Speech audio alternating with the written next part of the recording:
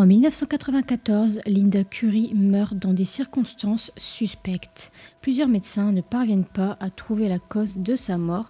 Cependant, ses proches ont rapidement eu des soupçons sur son mari, Paul Curry. Découvrez tout de suite l'affaire Curry, comment est morte Linda et pourquoi.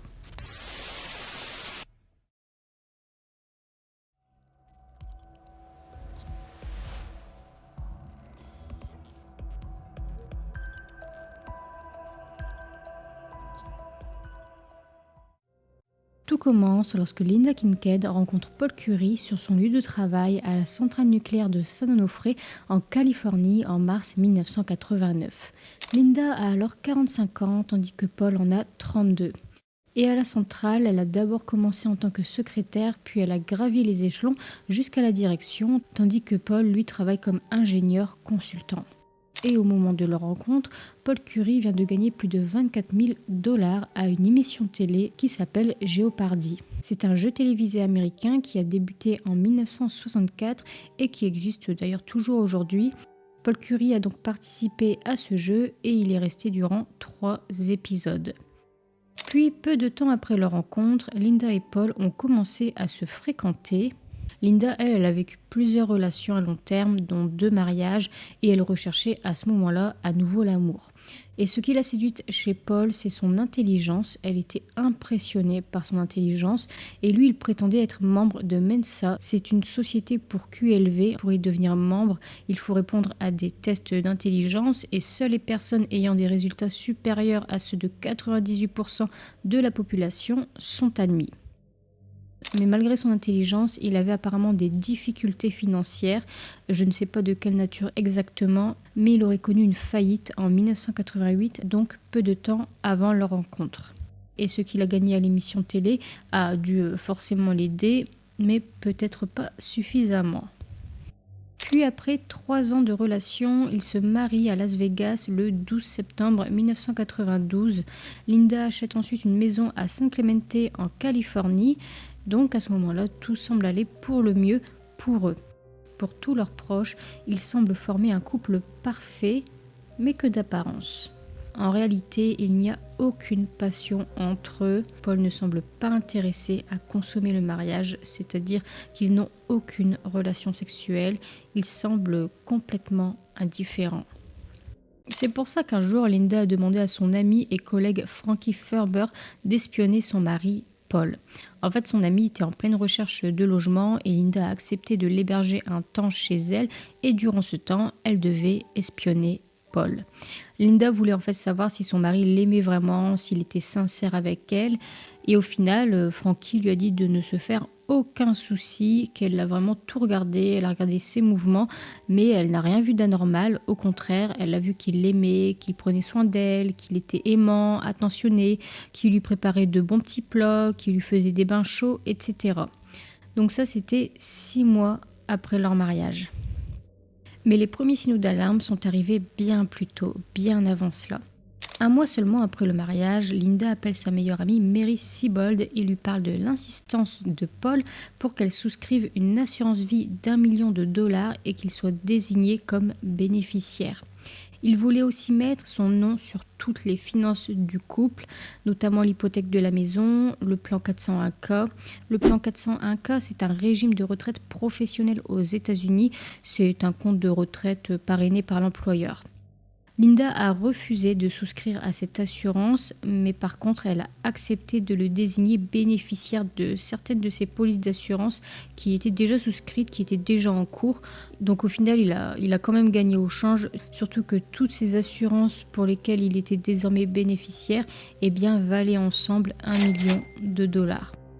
Et Linda n'a pas souscrit d'assurance sur Paul car selon lui, seul lui en avait besoin en raison de son âge puisqu'il a 13 ans de moins qu'elle. Autre signal d'alarme, Linda avait de l'argent et elle combinait avec Paul son salaire et étrangement, depuis qu'elle était avec Paul, eh bien son argent partait bien trop vite, plus vite que jamais. Et elle a vite découvert pourquoi.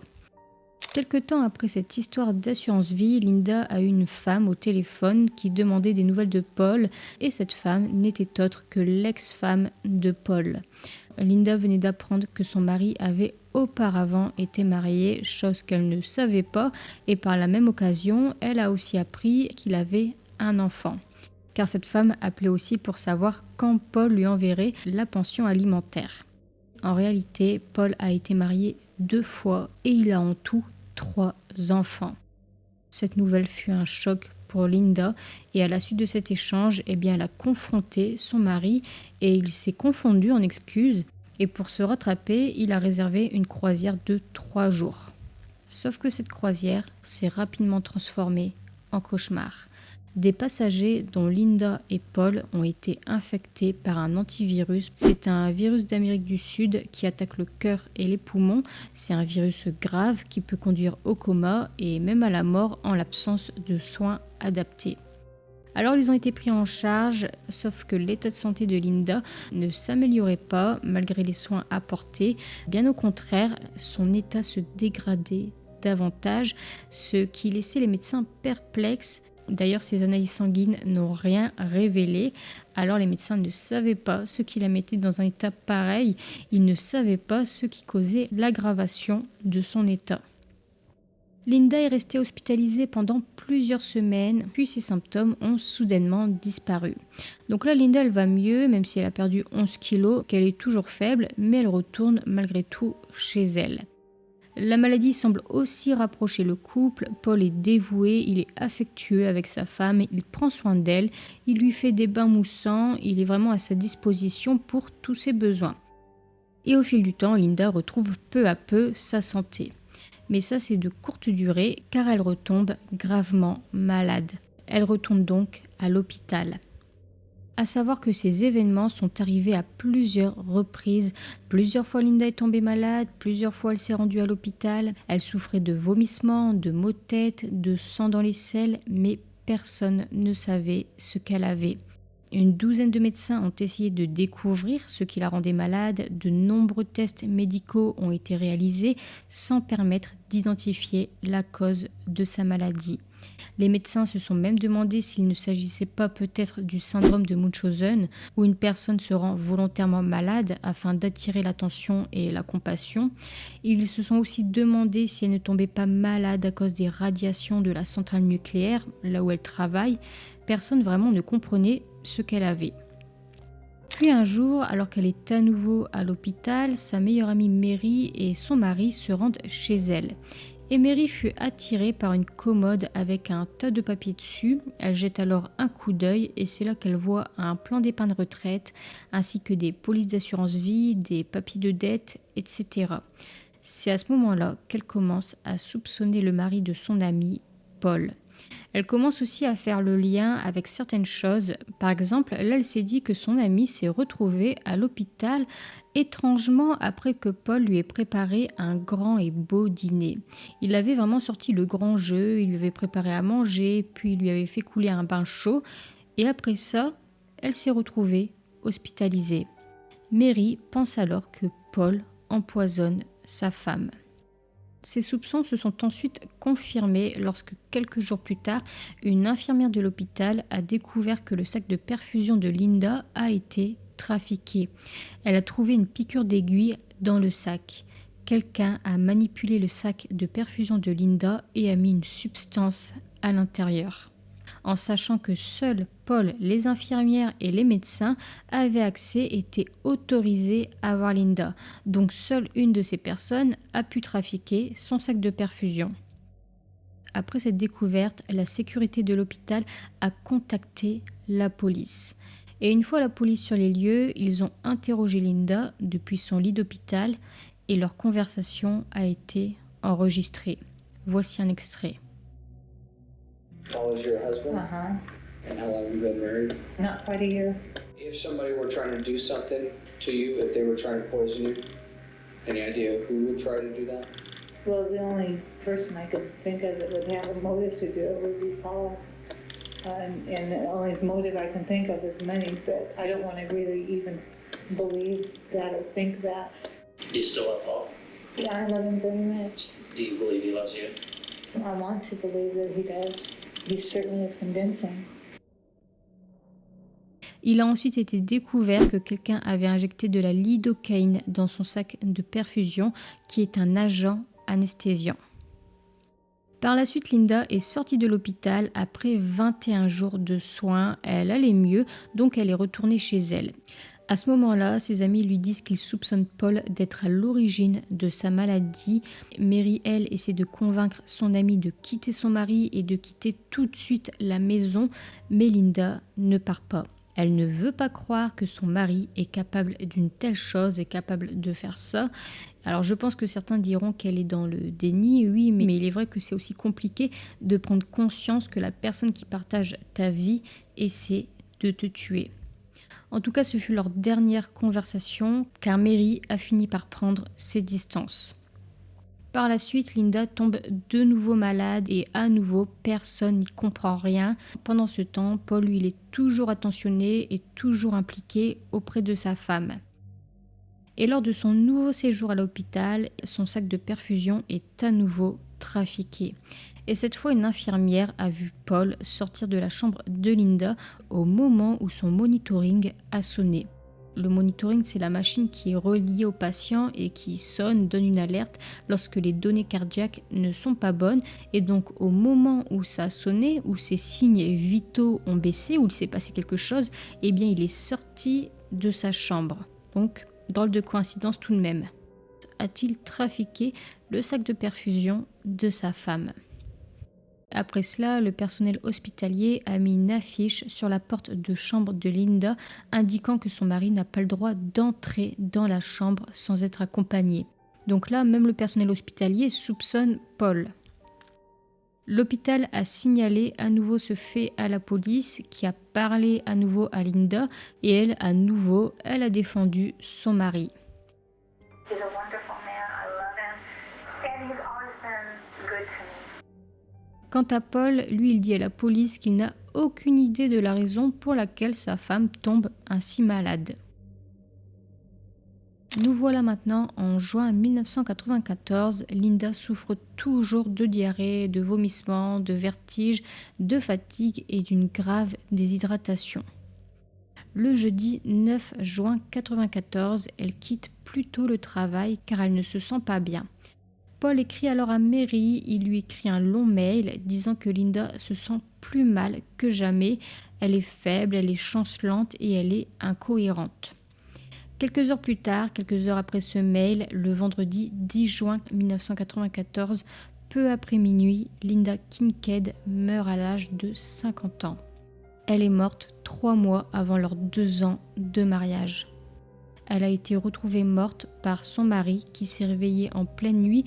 Il a constaté qu'elle ne respirait plus, alors il a contacté les urgences. Et les médecins, à ce moment-là, n'ont aucune idée de la cause de sa mort. Après sa mort, Paul a hérité de la maison et il a touché 500 000 $ de l'assurance vie ainsi que le plan de retraite 401K. Il a demandé ses premiers versements le lendemain des funérailles. Il pensait alors toucher $1 million, mais ce qu'il ne savait pas, c'est que Linda avait bien pris soin de diviser sa succession entre sa sœur et son mari. Une autopsie a ensuite eu lieu et c'est là qu'on en apprend un peu davantage. Alors tout d'abord, une petite marque a été découverte derrière son oreille droite, une marque de piqûre d'aiguille. Une analyse toxicologique a aussi été réalisée et a révélé une présence élevée de nicotine dans son corps. Alors, Linda ne fume pas, mais pourtant, d'après ce rapport, elle est morte d'un empoisonnement à la nicotine. Une enquête pour meurtre est alors ouverte. Le rapport toxicologique a aussi révélé la présence d'un somnifère dans son organisme, de l'ambienne. Malgré ces rapports, l'enquête est au point mort. Tout le monde soupçonne Paul, mais pourtant il n'y a aucune preuve qui le relie à la mort de sa femme. Donc là, les jours, les mois, les années ont commencé à s'écouler jusqu'en 2002 où l'affaire est relancée par une nouvelle enquêtrice, Yvonne Scholl. Elle décide par commencer à enquêter sur les antécédents de Paul Curry et c'est là qu'elle découvre qu'il a falsifié son CV pour entrer à la centrale nucléaire. En fait, il n'est pas du tout ingénieur, il n'a aucun diplôme en tant qu'ingénieur, c'est un usurpateur. elle décide ensuite de faire de nouvelles analyses toxicologiques car le rapport actuel date de 1994 et maintenant on est en 2002 et donc il y a eu des avancées. Elle aura des analyses alors un peu plus poussées. Et en attendant les résultats d'analyse, l'enquêtrice décide d'interroger les 2 ex-femmes de Paul. Et sa deuxième femme a raconté une histoire effrayante. Elle racontait avoir également été empoisonnée par Paul. En fait, au cours de leur dernière année de mariage, elle a fréquemment été malade, elle n'avait aucune énergie, elle était très étourdie, elle avait beaucoup de mal à sortir du lit et tout comme Linda, elle a consulté de nombreux médecins, elle a pris de nombreux médicaments et personne n'a trouvé ce qu'elle avait. Et elle était malade depuis plus d'1 an lorsque Paul lui a demandé de souscrire une assurance vie. Chose qu'elle n'a pas faite, alors Paul l'a quittée et c'est là qu'il a rencontré Linda Kincaid. Revenons-en maintenant aux résultats d'analyse toxicologique. Le nouveau rapport a montré que l'organisme de Linda contenait 50 à 100 fois plus de nicotine que celui d'un fumeur régulier. Et d'après le docteur Neil Benowitz, un expert renommé en nicotine et professeur de médecine à l'Université de Californie à San Francisco, qui a analysé le cas de Linda Curry, eh bien selon lui, Linda est morte de l'injection qu'elle a reçue derrière son oreille droite, la fameuse marque qui a été trouvée lors de l'autopsie. On lui a injecté de la nicotine et elle serait morte de cette injection 20 à 30 minutes après. Pour vous parler maintenant un peu plus de cette histoire de nicotine pour qu'on comprenne bien, car c'est rare d'utiliser la nicotine comme arme pour tuer quelqu'un, mais c'est possible car comme vous le savez, eh bien, la nicotine c'est un poison et elle est mortelle en cas d'ingestion. Et c'est là toute la différence justement. Linda ne fume pas de cigarette, quand vous fumez une cigarette, c'est pas pareil que quand vous l'ingérez. La manière de prendre la nicotine, la voie d'administration change tout. Et là, elle a ingéré de la nicotine de par ses repas et de par son injection derrière l'oreille. Et peut-être il lui en a administré d'une autre manière, on ne sait pas. Mais en tout cas, avec tous les repas qu'elle a pris, eh bien, ça a doucement détruit ses fonctions vitales. Elle avait bien tous les symptômes d'un empoisonnement à la nicotine, notamment les vomissements, les maux d'estomac. La nicotine a aussi des conséquences sur le plan cardiovasculaire, sur les flux artériels. Et donc, ça a pris 1 an pour la tuer de cette façon, car ça dépend aussi d'autres facteurs. La sensibilité à la nicotine, le fait d'être fumeur ou non, la vitesse d'absorption et d'élimination, etc. Donc voilà, petite parenthèse fermée. En tout cas, l'enquêtrice Yvonne Schull veut dorénavant interroger Paul Curry, mais il a depuis quitté la Californie pour le Kansas. Là-bas, il est remarié, il a un nouveau fils et il a un nouveau travail. À savoir aussi qu'il a depuis dilapidé tout l'argent de Linda et qu'en plus de ça, sa belle maison à San Clemente a été saisie. L'inspectrice se rend alors au Kansas pour l'interroger. Et lors de l'interrogatoire, elle décide de se faire passer pour un policier local qui ne sait pas grand-chose de l'affaire. Elle ne veut pas qu'il sache qu'elle est originaire de Californie et qu'elle enquête sur la mort de Linda par peur qu'il ne parle pas. Alors elle fait croire qu'il s'agit simplement d'un petit contrôle de routine pour pouvoir clôturer un dossier et voilà. Sauf qu'elle a bien réussi à mener la chose et à lui faire dire ce qu'elle voulait entendre. Voici l'extrait qui a permis son arrestation. The night that Linda passed away, you and Linda were alone. Correct? Right. Was there anybody else in the house? So nobody snuck into the house. There was no burglary at the house. There was no robbery at the house. Nothing like that. It was just you and Linda. En fait, le fait qu'il confirme qu'il n'y avait personne d'autre que lui à la maison au moment de la mort de sa femme, eh bien ça le place comme le seul et unique suspect. Car rappelez-vous, selon l'expert, la dose mortelle de nicotine a été administrée 30 minutes avant sa mort. Et là, Paul admet justement qu'il n'y avait personne d'autre que lui. Et ça suffit pour l'arrêter pour meurtre. Nous sommes en 2010 lorsqu'il est arrêté, soit 16 ans après la mort de Linda Kincaid. Il est ensuite jugé 4 ans après son arrestation, en septembre 2014. Il est jugé pour fraude à l'assurance et pour meurtre au premier degré. Lors du procès, voici comment ça s'est déroulé selon l'accusation. Paul a empoisonné sa femme durant 1 an avec de la nicotine, en mettant notamment dans ses repas, et le jour de son décès, il lui a donné de l'Ambien, le somnifère, puis il lui a fait la piqûre fatale de nicotine derrière son oreille. Le docteur Neil Benowitz, l'expert en nicotine, a lui confirmé que la dose mortelle lui a été administrée donc environ 30 minutes avant sa mort, ce qui place Paul Curry comme le seul suspect. Et ça, c'est bien la seule preuve que l'on a contre Paul Curry, car on n'a rien d'autre, c'est-à-dire que nous n'avons pas d'empreinte digitale sur les sacs de perfusion, nous n'avons aucune preuve qu'il s'est procuré de l'Ambien, pas de preuve non plus qu'il ait acheté de la nicotine, des cigarettes, et aucune seringue non plus n'a été retrouvée chez lui. On n'a rien. L'avocate de Paul Curry, quant à elle, a déclaré que Linda avait de graves problèmes de santé, notamment des problèmes gastro-intestinaux, et que pour se soigner, elle prenait de la nicotine comme traitement, comme médicament. Alors apparemment, la nicotine aurait des effets bénéfiques sur le syndrome du côlon irritable et Linda en prenait alors pour se soigner. Bien évidemment, je ne conseille pas du tout de le faire, je relate simplement les propos de l'avocate. En tout cas, cette défense n'a eu aucun effet puisque Paul Curry a été déclaré coupable du meurtre de sa femme. Il a été condamné à la réclusion à perpétuité sans possibilité de libération conditionnelle. Il purge actuellement sa peine à la prison d'État de Valley en Californie. Paul Curry avait ciblé Linda Kincaid depuis le début, il l'a manipulée pour toucher l'argent de l'assurance, il l'a d'abord séduite, puis il l'a mariée, il est devenu bénéficiaire de ses assurances vie, puis il l'a doucement empoisonnée. Linda, elle croyait sérieusement à cette relation, elle l'aimait, mais malheureusement, elle n'a pas voulu croire aux alertes de ses proches. Il y a de nombreuses personnes foncièrement mauvaises, mais qui sont d'apparence ordinaire et sympa, car Paul traitait Linda comme une princesse et lui disait de belles choses. Il était alors difficile pour elle de voir le véritable fond de son mari. Elle ne le croyait vraiment pas capable de faire une telle chose. Et Paul avait donc déjà tenté la même chose avec son ex-femme, mais elle a échappé de peu à la mort. Il venait de gagner 24 000 $ au jeu télévisé, mais visiblement, ça n'a pas suffi. Paul Curry n'est pas le premier à participer à une émission télé en tant que meurtrier. Alors il a tué Linda après l'émission, mais il avait apparemment déjà tenté quelque chose sur son ex-femme, donc c'est tout comme. Il y a aussi Ronnie Alcala qui a participé à The Dating Game en 1978 tout en menant sa double vie de tueur en série. Et en France, nous connaissons François Vérove, alias le Grêlé, un tueur en série qui a participé à Tout le monde veut prendre sa place. Voilà pour moi, j'espère que cette affaire vous a plu. Si c'est le cas, n'hésitez pas à laisser un petit commentaire. Portez-vous bien, prenez bien soin de vous et je vous dis à la fois prochaine pour une nouvelle vidéo.